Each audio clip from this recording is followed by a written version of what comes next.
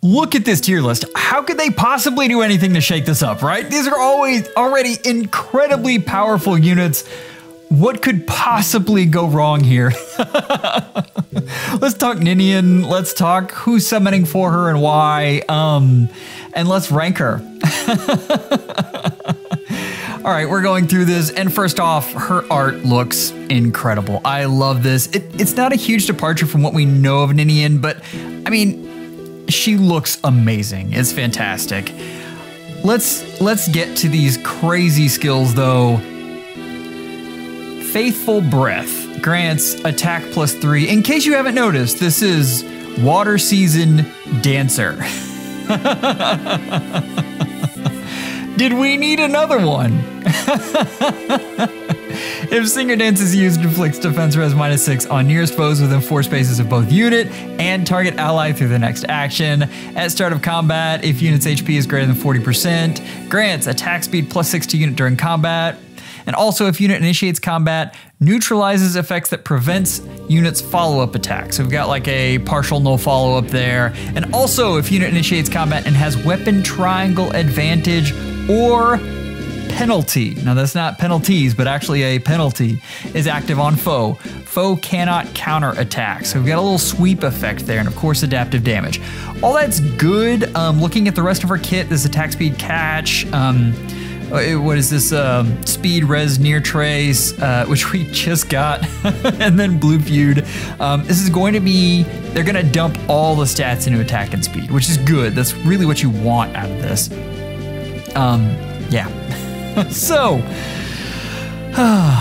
Dragon Dance. Here's where we get into this, because that's a good preference weapon. It's not amazing, but it's good.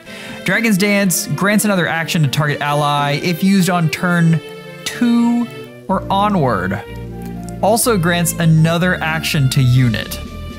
She self-dances from turn 2 onward. Grants attack speed +6 to unit and pair up cohort, if any, for 1 turn, and inflicts isolation on unit and pair up cohort.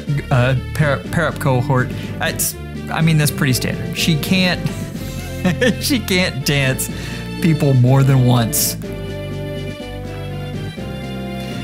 Unless you have Emir.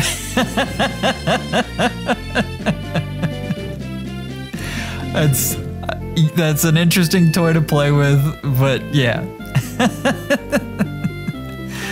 Oh, wow. Effects that can trigger on turn 2 onward will trigger after 3 turns after triggering. So once you use it, you can't use it for another 3 turns. Okay, let's talk about this because this is a lot to unwrap. First, this is a very good unit. What they wanted to avoid was, do you guys live in Arena right now where Legendary Azura can dance Legendary Chrom and they can be across the entire map on turn 1? It's brutal. Absolutely brutal. Yeah.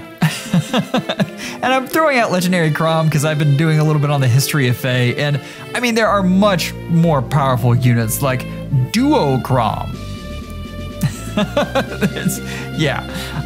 Duo Dogger, all of those units. I mean, and you combine that with Duo Dogger and you've got an extra space. It is insane the amount of area they can capture. So this is trying to limit that oppressive nature on turn 1. That being said, this is still a Cav Dancer who scores. Like, this unit scores.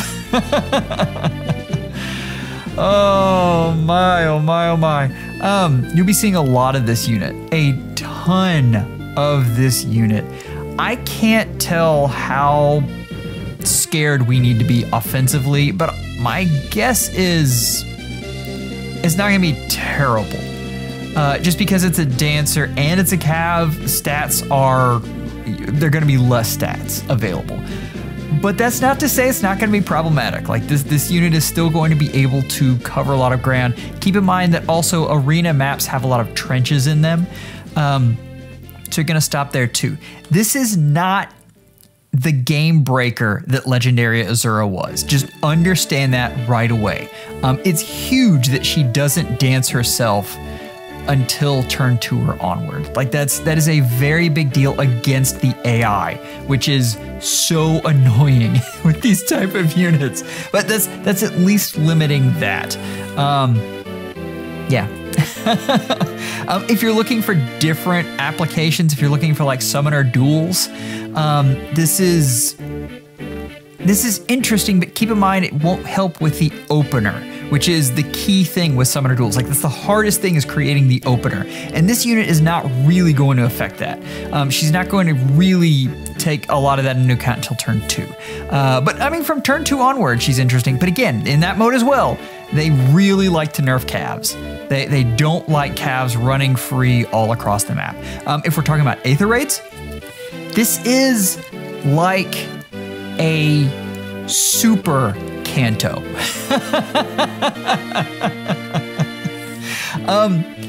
You really, yeah. Just think about that for a second. Like there are things you could do with this unit.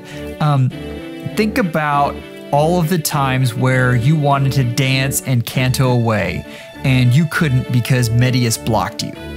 This unit says, screw you. I'm going away anyway.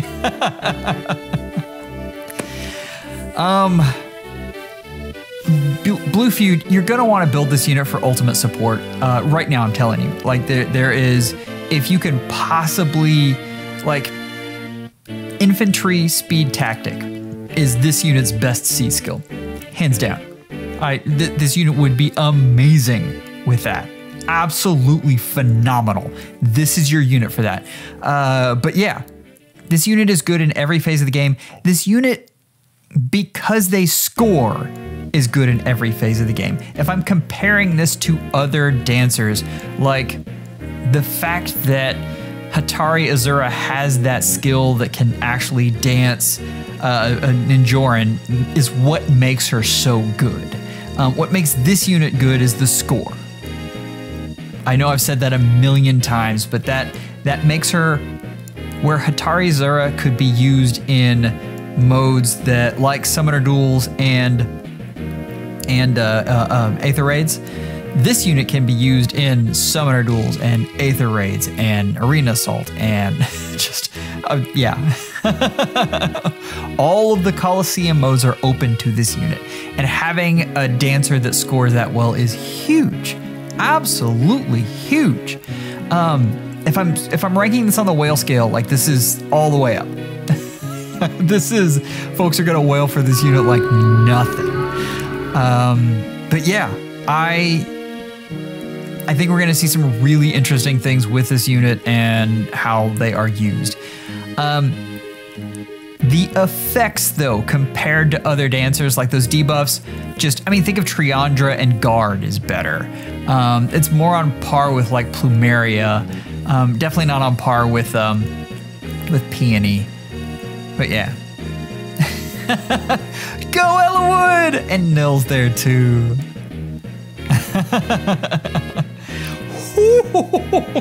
78 times 2.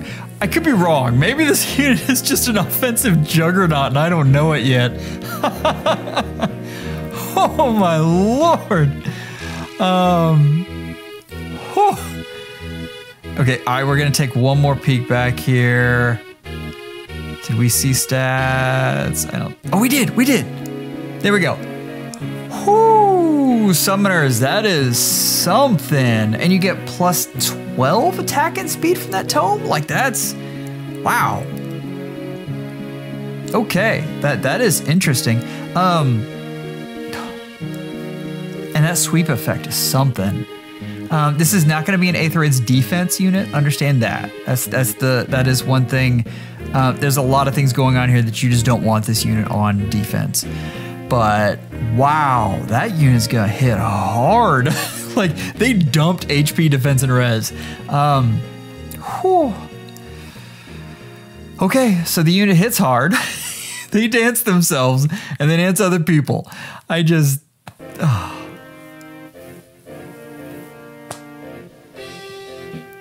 This unit's nuts. Wow.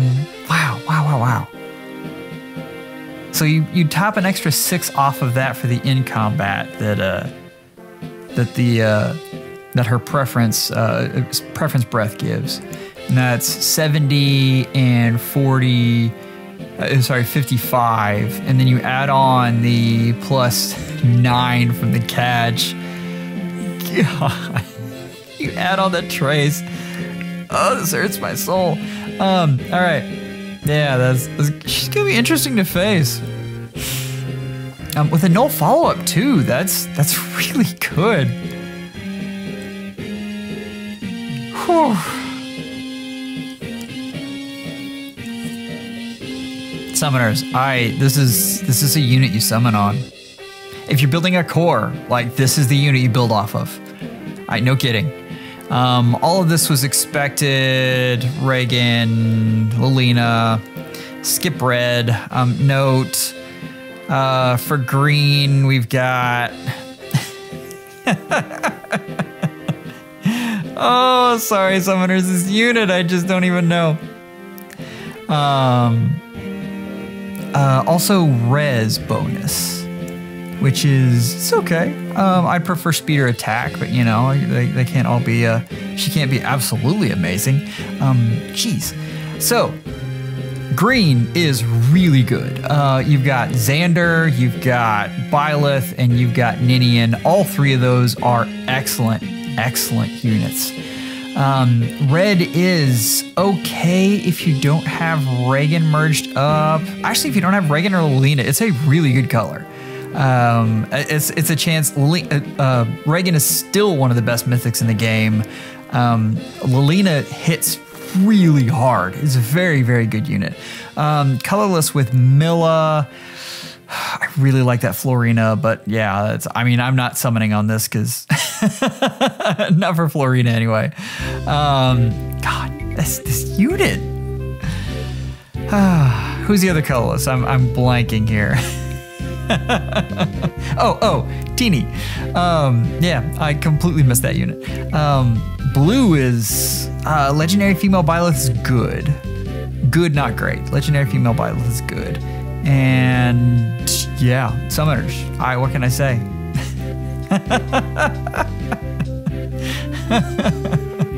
I don't even know. What am I? Oh, what do you do with that? What do you do? This is news. I'm checking here for other stuff. I'm a little bit flabbergasted in case you couldn't tell. Okay, Spark, all that jazz. Nice. Summoners, let's look at this rank. There's no question here. I do have some discussion on this. I've got a tier list for this coming out next week, should be, which just got more complicated because I don't know how I'm gonna do Ninian. Ninian is clearly S tier and at the top of everything.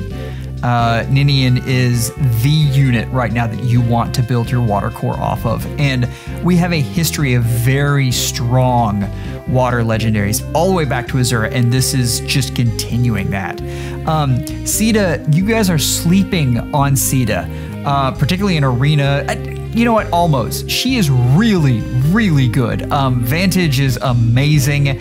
The way she gets stat through other people's buffs, art is just amazing. Byleth is in flux. And the reason is no follow-up is now being handed out a lot. But Sublime Heaven is still really good, and he's still got a really good stat line. Dimitri, oh man, we went back and forth on Dimitri. The problem with Dimitri is if you really invest in him, he's amazing. Like S tier. No kidding, S tier. But saying that takes a lot of investment and support in the form of some form of no follow-up.